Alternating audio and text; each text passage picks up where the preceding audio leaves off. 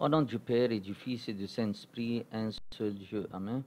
Mes amis, mes bien-aimés frères, on va continuer la chaîne de sacrements. Et aujourd'hui, on va discuter un sacrement très important qui est le sacrement de la pénitence et la confession. En fait, nous ne sommes pas immunisés contre le péché. Nulle personne ne peut être attaqué par Satan. Satan, il voudrait attaquer tout le monde. Donc, parfois, on est faible et on rentre dans le péché, on tombe dans le péché. Donc, si on tombe dans le péché, on casse la rupture entre nous et notre Seigneur Jésus-Christ. Donc, comment faire? Il faut le sacrement de la pénitence et la confession. Ce sacrement a été institué pour que nous puissions revenir à Dieu après avoir confessé notre péché au prêtre. Il est très important d'examiner soi-même avant la Sainte Communion avec ce sacrement.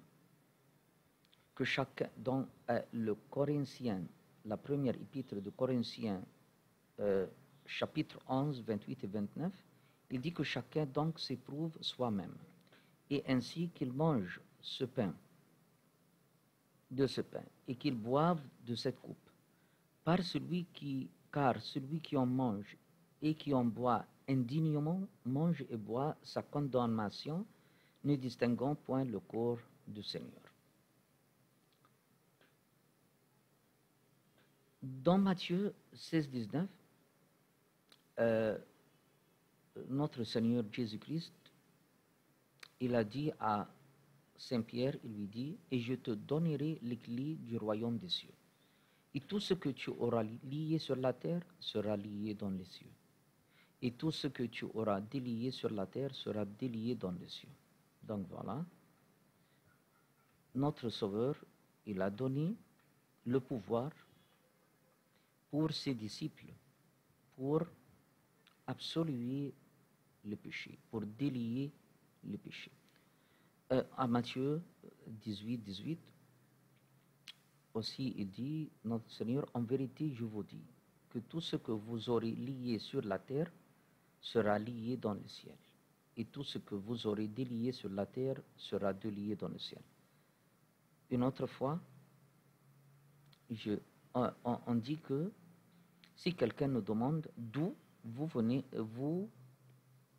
venez avec ce sacrement. Donc on dit non, il y a des versets très clairs dans la Bible que Dieu a institués et il a demandé à ses disciples de continuer ce sacrement de la pénitence et la confession. Et Jésus leur dit encore à Jean 20, 21, 23, que la paix soit avec vous.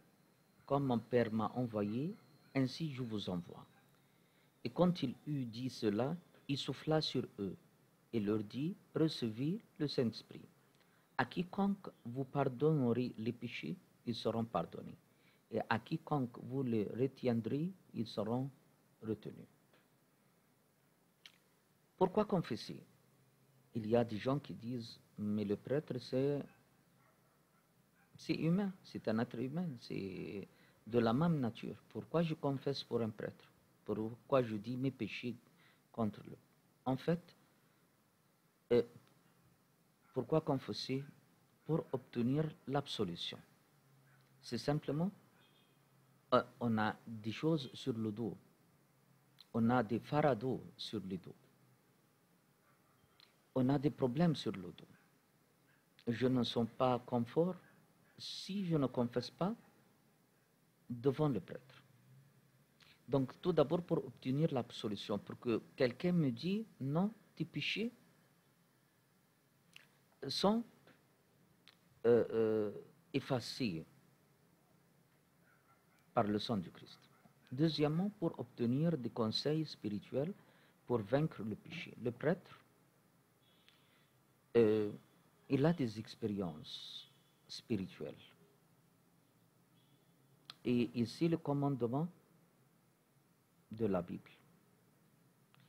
Et c'est encore à un niveau les méthodes et les mensonges du Satan. Donc, il peut guider et enseigner les autres qu'est-ce qu'il faut faire afin d'éviter ce type de péché. Donc, pourquoi confesser? Pour obtenir l'absolution. Si quelqu'un me dit, voilà, tes péchés sont effacés. Ils ne sont pas maintenant là. Et deuxièmement, pour obtenir des conseils spirituels. Donc, les signes visibles du sacrement, on a dit que le sacrement, c'est une grâce ou un don invisible avec des signes et des prières visibles. Donc, les signes visibles du sacrement, que les paroles de l'absolution parlées par le prêtre. Les signes invisibles du sacrement, si jamais dit, ok, que le prêtre, il dit que ce qu'il veut dire, est-ce que vraiment mes péchés sont effacés? C'est ce qu'on va voir avec un miracle qui était passé avec Jésus-Christ. Donc, les signes invisibles du sacrement, c'est que la rémission de mes péchés sont remis. Ils sont, je remets mes péchés dans le sang du Christ. Et après cela, un signe invisible, la réconciliation avec Dieu. Qui a droit d'administrer ce sacrement?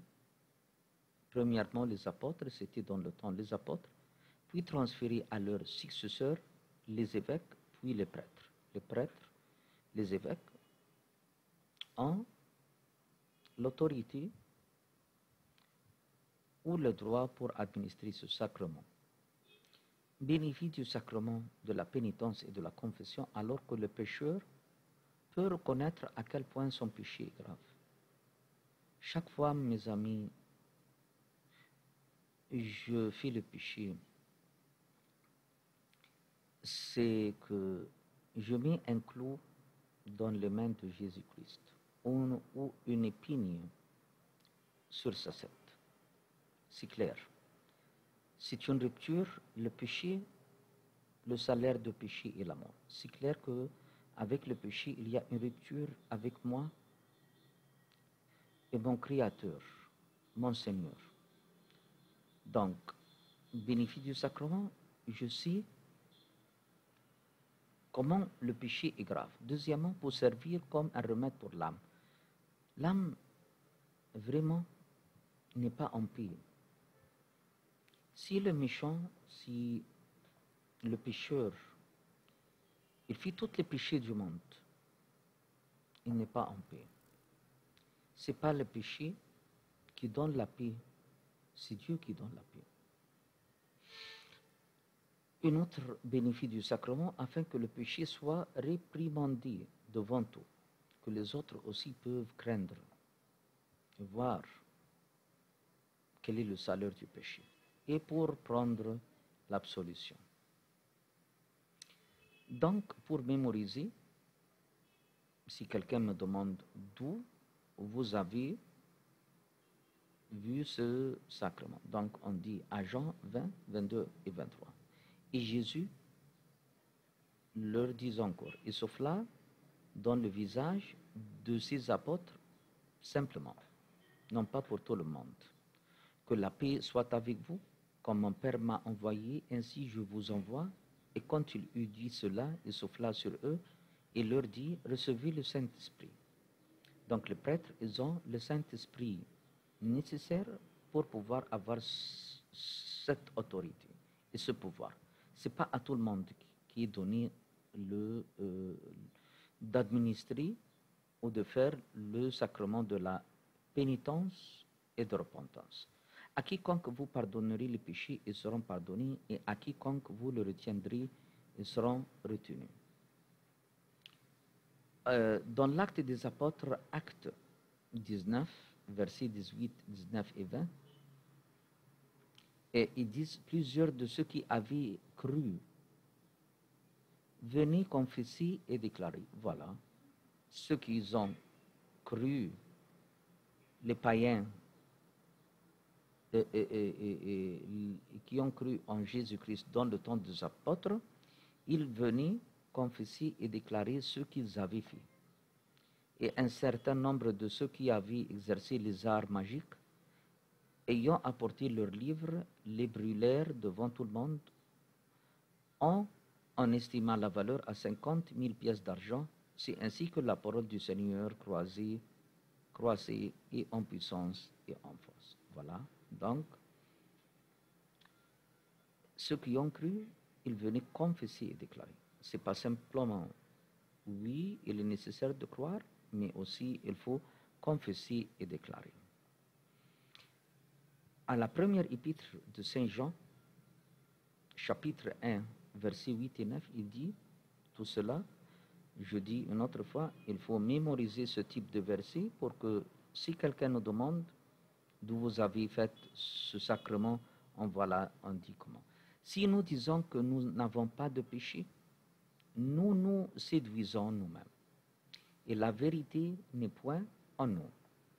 Si nous confessons nos péchés, il est fidèle et juste pour nous les pardonner et pour nous purifier de toute inquiétude. Donc, si nous confessons nos péchés, il y a la confession des péchés, il est fidèle et juste pour nous les pardonner. Mes amis, ne gardez pas vos péchés dedans vous. C'est très dangereux. C'est ce que veut le diable, Satan, qui n'aime pas tout le monde. Car si le péché est caché dedans nous, on va vivre avec le péché. On va rester.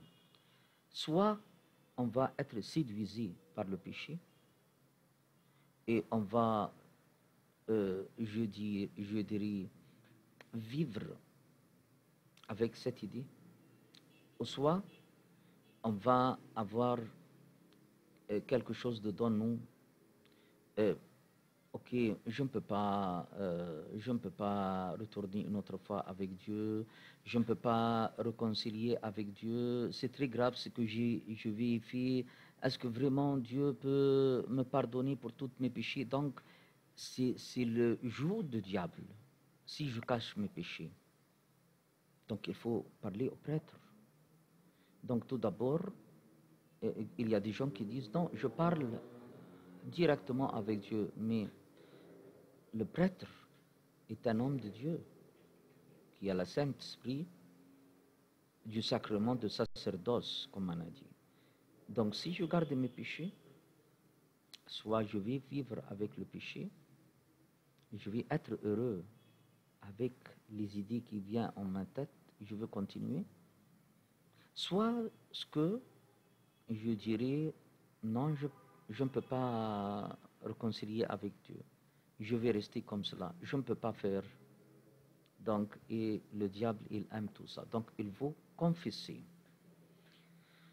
Donc, maintenant, mes amis, pour terminer la pénitence, le sacrement de la pénitence et la repentance, il faut dire non, je confesse avec mes péchés.